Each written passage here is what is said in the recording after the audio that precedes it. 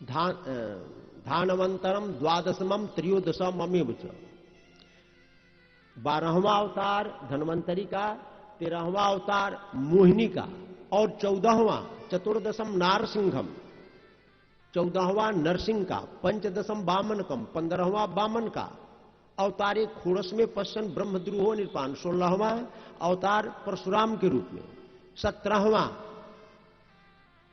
तथा सप्तदशे जाता सत्यवत्याम पराशरात व्यास के रूप में 17वां, और 18वां रामकृष्णा 18वां नरदेवत्व मापन्न सुरो कार्य चिकित्सया श्री राम के रूप में, और 22वां और 21वां 19वां और 20वां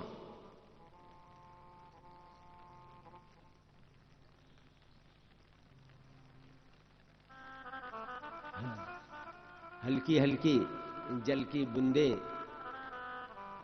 19वां और 20वां भगवान का जो अवतार है रामकृष्णा वितभू, भगवान हरद भरम भूभार हरण के लिए भगवान का बलराम और कृष्ण के रूप में हुआ है। अच्छा, एक इस अवतार का वर्णन करते हुए एक बात, क्लेश व्ययाय कलया शीत कृष्ण केश, जो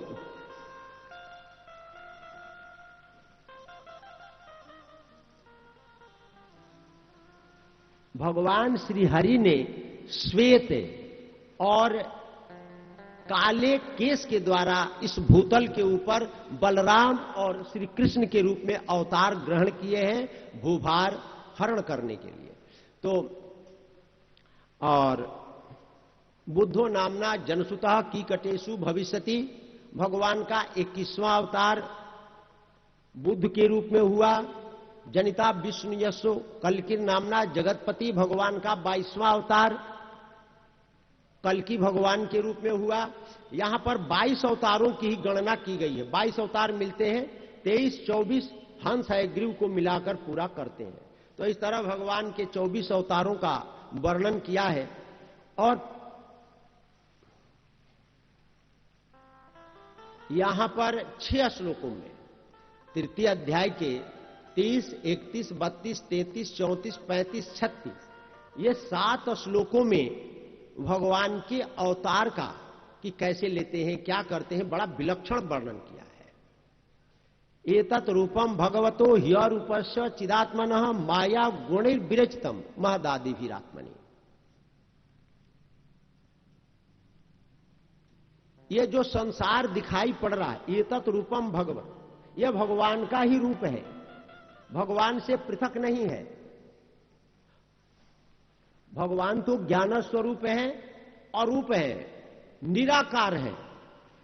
अपने माया के द्वारा निर्मित जो महतत्व है, अहंकार है, उसी के द्वारा इस संसार का सृजन करते हैं और उसी में प्रवेश कर जाते हैं। वस्तुतः है ये जो संसार दिखाई पड़ रहा है भगवान से भिन्न नहीं है, भगवान में ही है, या ये कहें कि भगवान ही है। लेकिन हम आरोप करते हैं संसार का पृथक से। यथा नभसि मेघौघु रेणुरुवा पार्थिवो नीले एवं दृष्टि दृश्यत्व मां रोपित बुद्धि भी। तो उदाहरण से समझा रहे हैं, जैसे बादल है, हम लोग कहते हैं कि बादल आकाश में है, लेकिन वस्तुतः बादल आकाश में नहीं है। बादल हमेशा वायु के आश्रय से रहता है, लेकिन हम लोग आरोपित करते हैं कि बादल आकाश में है, मेघ आकाश में है। जैसे धूसरपना, हम हवा को देखते हैं तो कहते हैं कि हवा वायु धूसरित है, मैला है। धूसरित वायु का स्वभाव नहीं है, धूसरित तो धूल का स्वभाव है। धूल के कारण वायु धूसरित मटमैला दिखाई पड़ता है, लेकिन हम आरोप वायु में करते हैं। उसी प्रकार ये संसार भगवान में ही है, पृथक नहीं है, लेकिन फिर भी हम भगवान में आरोप करते हैं कि ये संसार है। कल्पित है।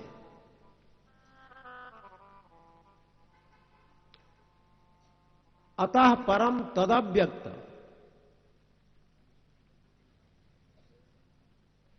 ये जो गुण व्यूह, ये जो संसार हमको दिखाई पड़ रहा है, व्यूढ़ गुण व्यूहितम अदृष्टा श्रुत वस्तुत्वात् स जीवो यत् पुनर्भव। हमको जो कुछ दिखाई पड़ रहा है जड़ चेतनात्मक संसार, वस्तुतः हम देखें तो जो आत्म तत्व है वो तो निर्विकार है, बिना किसी घेरे के अंदर है, अनावृत है। उस अनावृत भगवान में एक आवरण है त्रिगुणात्मक प्रपंच का, 16 कलाओं का, 5 कर्मेंद्रियां, 5 ज्ञानेंद्रियां, पंचभूत और मन, इन 16 तत्वों का एक सूक्ष्म संघात से वो आवृत है।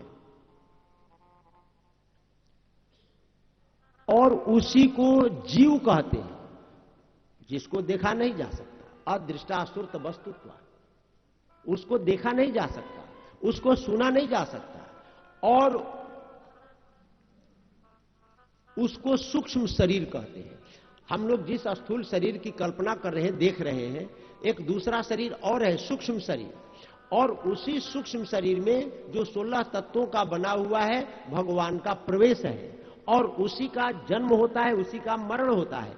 जिस शरीर को हम लोगों ने लेकर जन्म लिया है, यह शरीर यहीं से हमको मिला है और यहीं रह जाएगा। हम शरीर लेकर के आए नहीं थे, मां के गर्भ में मिला, पिता के रजबीर से इस शरीर की उत्पत्ति हुई। हम लोग जब जाएंगे तो शरीर को यहीं छोड़ करके जाएंगे, शरीर यहीं नष्ट हो जाएगा। यानी जन्म और मृत्यु सूक्ष्म शरीर का ही होता है। यत्रे में सदसद रूपे प्रतिसिद्धे स्वसंविदा अविद्यो यात्मनि कृते यत् तद ब्रह्म दर्शनम। ये जो आवरण है अविद्या का, जिसको बुद्धि भी कहते हैं, ये जब भगवत दर्शन से, ज्ञान से नष्ट हो जाता है, ये आवरण खुल जाता है, फट जाता है, तो उसी को ब्रह्म दर्शन बोलते हैं। और कुछ नहीं है, ब्रह्म दर्शन कोई और वस्तु नहीं है। ब्रह्म दर्शन का मतलब है कि जो 16 तत्वों का संघात है, कोई कोई 17 तत्व भी मानते हैं,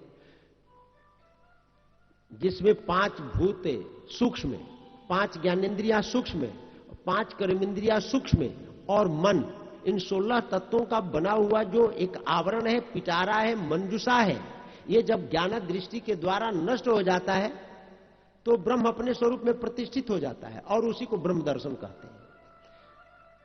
यद्य सुपरता देवी माया वैशारदी मति संपन्न एवेति विदुर महिम्नि स्वे महीयति, महिम्नि स्वे महीयति। ये जो बुद्धि है ये निपुणा है, वैसे तो जड़ है, लेकिन भगवान के चेतन को प्राप्त करके ये भी चेतनवत हो गई है। और ये जब निवृत्त हो जाती है, बुद्धि जब नष्ट हो जाती है, मिट जाती है, तो जीव अपने आनंद स्वरूप में प्रतिष्ठित हो जाता है, यानी अपने महिमा में वो स्थित हो जाता है। इस तरह वर्णन किया है। और वो भगवान को जानना, स वेद धातु पदवीं परस्य दुरंत वीर्यस रथांग पाणे यो मायया संततयानुवृत्त्या भजे तत्पाद सरोज गंधम। जो वैसे तो भगवान का बल विक्रम अनंत है, उनको जाना नहीं जा सकता है, लेकिन जो निष्कपट भाव से नित्य निरंतर उनके चरण कमलों का सेवन करते हैं, स्मरण करते हैं, भजन करते हैं, वो भगवान के स्वरूप को प्राप्त कर सकते हैं, उनका दर्शन प्राप्त कर सकते हैं। इस प्रकार का ये वर्णन किया है। और इदम भागवतम नाम पुराणम ब्रह्म संहितम अधीतवान द्वापरादो पितुर्द्वैपायनादम। इदम भागवतम नाम पुराणम ब्रह्म संहितम उत्तम श्लोक चरितम चौकारो भगवान ऋषि।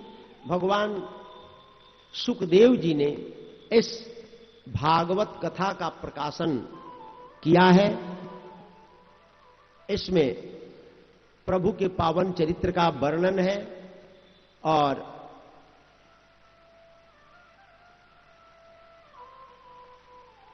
वेद सम्मत है।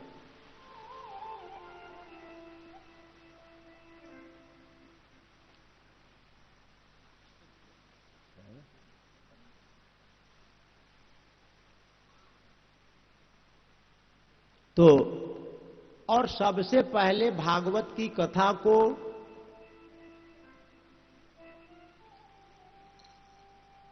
श्री सुखदेव जी ने राजा परीक्षित को सुनाया था।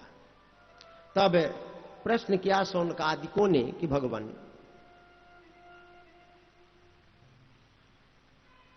सुखदेव जी परमहंस हैं, राजा परीक्षित को किस प्रकार उन्होंने कथा सुनाया, ये योग कहां पर उपस्थित हुआ, किस प्रकार उपस्थित हुआ, यह हम जानना चाहते हैं। वेदव्यास जी ने किसकी प्रेरणा से श्रीमद् भागवत संहिता का प्रणयन किया, रचना की, और राजा परीक्षित को किस प्रकार कथा का श्रवण कराया, ये आप हमें सुनाएं, समझाएं। तब सूत जी ने एक अवांतर कथा कहा कि एक बार वेदव्यास जी महाराज अपने आश्रम में खिन्न मानस बैठे हुए थे।